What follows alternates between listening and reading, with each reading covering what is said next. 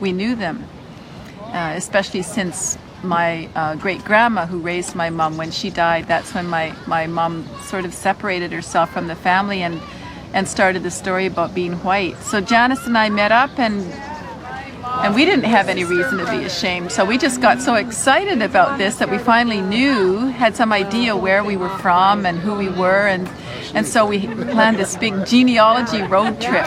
And our parents weren't thrilled. They were really unhappy, and it was not a good time. So when we have gatherings like this, and this is our second one, and you see what a happy thing it can be, it's like salve on a wound, you know.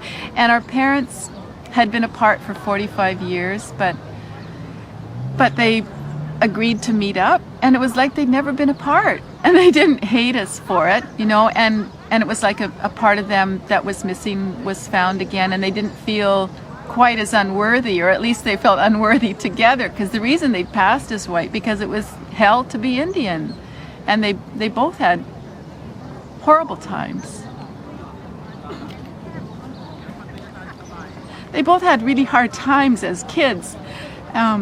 So when they found each other and there was such love, and they saw that we weren't ashamed of it, because they were afraid for us, that we would have horrible lives, you know.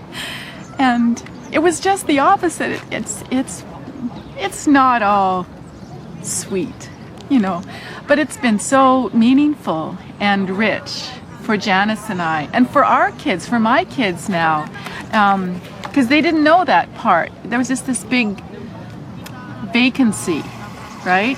And it's not just a vacancy in your genealogical records, it's a vacancy in your life, because if you have no idea what you've come from, you don't know what you are or where you're going or how things fit together.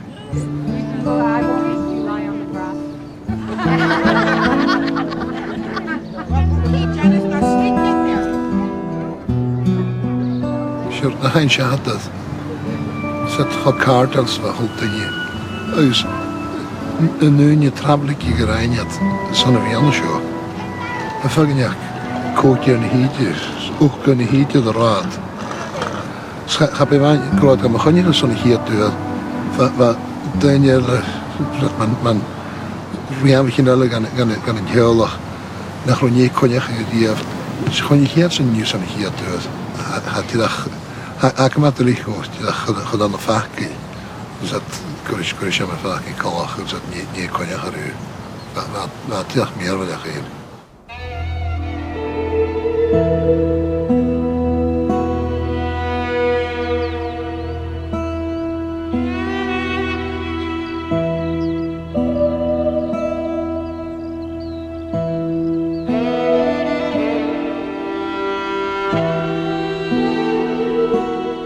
Talamh Fhuar for Dh'fhuireach bras a dús scaptad fi Chanada.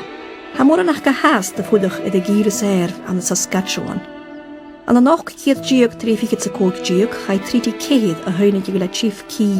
A chiad cennars de vid a reserve, agus a sound grún blianach an asteo sin a chai reserve steachach.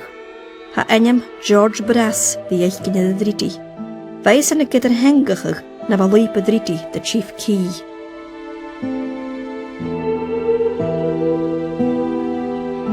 Fe brad yn feirat gymwrys has an y fetokal Iclish i the reserve, Iclish nu vaundra. Fa nionia van ental chief key a cwmal ys a chrydioach geheen, gyda fa diolach bras a gael ys a chrydioach riasdal gymwr.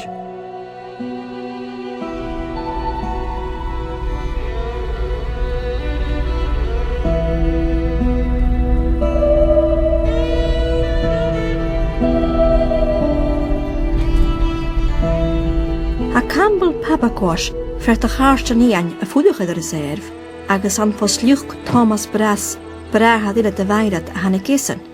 Ha Campbell fisrach ma echtri reserve, agus man hiad chenarst chief key. Bhilachan was his spirit name, and so that means in the English language key. Bhilachan. That's how he got, that's how they call him. But they didn't call him key, they called him the key. He was the first chief of Key Reserve. He was a hereditary chief. The Brass family, they they came to the reserve at the same time. At the same time, yeah. Like my great-great-grandfather, you know, he was old Thomas Brass. He married into a Coty family. The last name was Coty. And so he got a woman from there, and she was a medicine woman, a very powerful medicine woman, and she did a lot of doctoring in this community as the population grew in this community. And so they learned, all the Brasses, they spoke very little English. They spoke, I guess the only one that spoke a better language than anybody else was old George Brass, and he was the translator and interpreter, and he was the guy that they called him a lay reader. I guess he could, I don't know what kind of a portfolio the lay reader has. And they're the ones that built that church there, that St. Andrew's Church. To me, my sort of perspective on your life before I came here, I wouldn't have expected to have found, a church. Well, these Christian denominations, that was their goal, to wipe out the culture and convert all the savages into their religious groups. And so when that happened, they built churches in all these reserves right across Canada. Built churches right across Canada, yeah. And some of them refused, to be converted into Christianity. And those are the people that I'm very happy about today, the ones that refused. They went underground with their culture, because our culture, our religion was banned and outlawed by government. We couldn't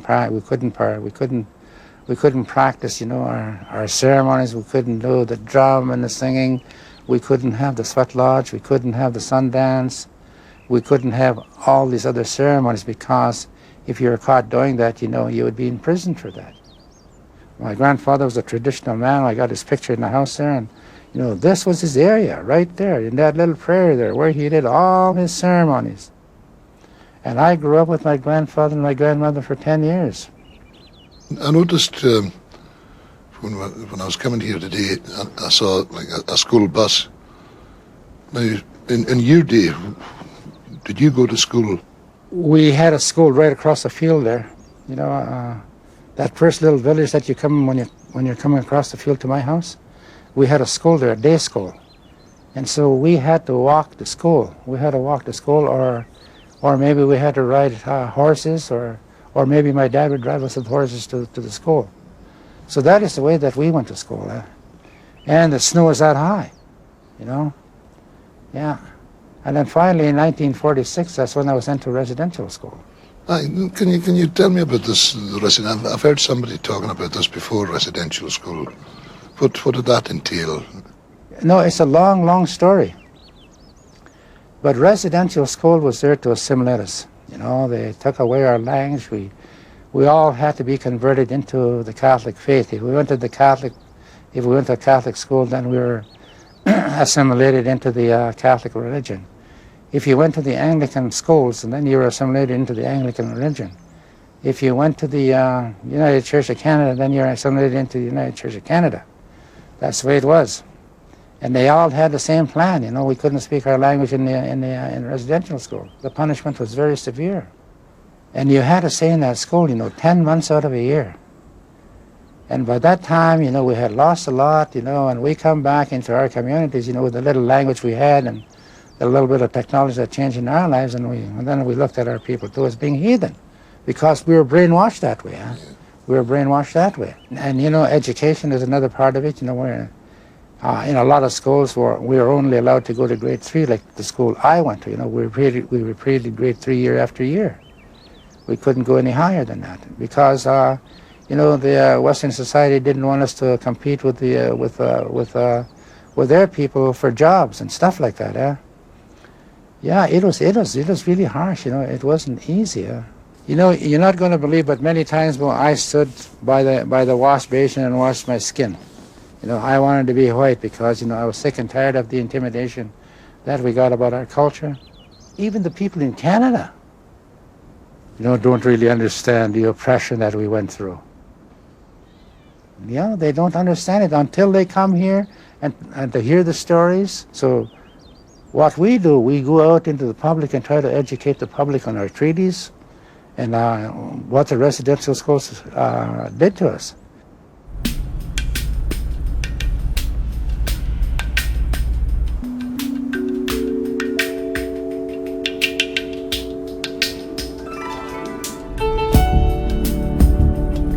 Ba uiridh éileach Iain de Gheanú na Sacaga Chanada. Sé sin tuilh na nuclis a thug brad an baile de reserve, uclis nó bhandra.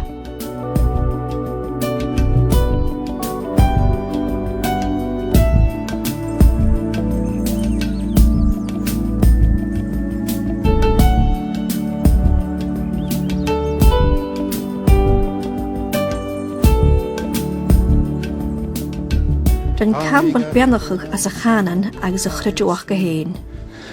Me Marissa, me was in a mouse and me was in a mouse and put it over yourself like that. That's a form of cleansing the thoughts, cleansing the mouth, cleansing the heart, cleansing the spirit, cleansing the feet. Just like to offer you a gift. This is part of our tradition. This is called the sweet grass. Yeah, take that back with you to Scotland. I don't know if any of that grows in Scotland or not, but there's a possibility because it grows where the Indian people are.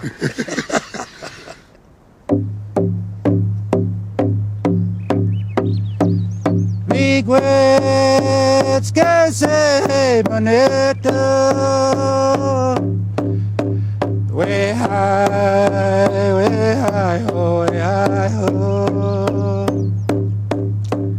Ook Iain leis plak is an chugan nuclis, mar choinnich e de hí henabad.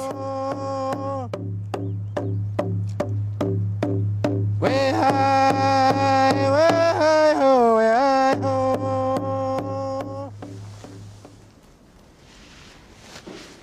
Very good. Bit cannot to win away. We on the mountain, you ducky now. Very good. Thank you. Well, thank you for the ceremony earlier on, and I believe the custom is that I give you a pouch of tobacco. Oh, thank you. Scottish tobacco. Oh, thank you very much. The tobacco, again, it represents the unity of the Aboriginal peoples and their creator. And the tobacco is used much like a vehicle. It's going to transport your thoughts, your prayers, your feelings to the creator. That's what the tobacco represents.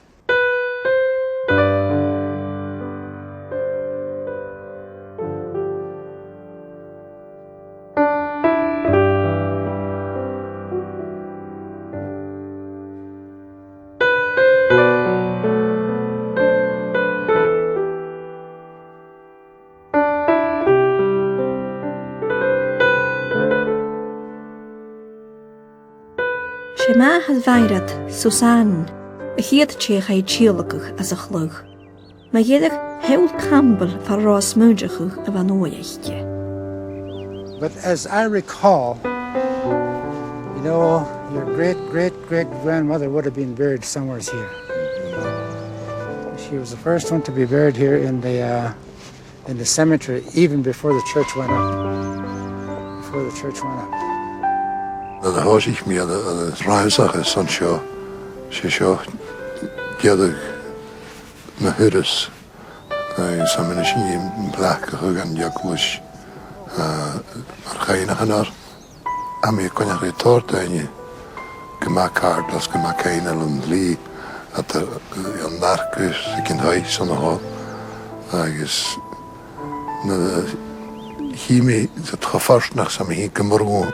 A hína ma ho, agus na the smaigis mi arish, na the hailaus, agus sit na man a buk biach ma heik, nach rei tog ekin, the kuch, chai tilig, na tog ekin, natjas nas ni ha bre, agus bishin tot smaanjara, am ishil vi farsnach, kumorgon duris va sho in janu, agus sheradahum, natidjas ma chain an bi.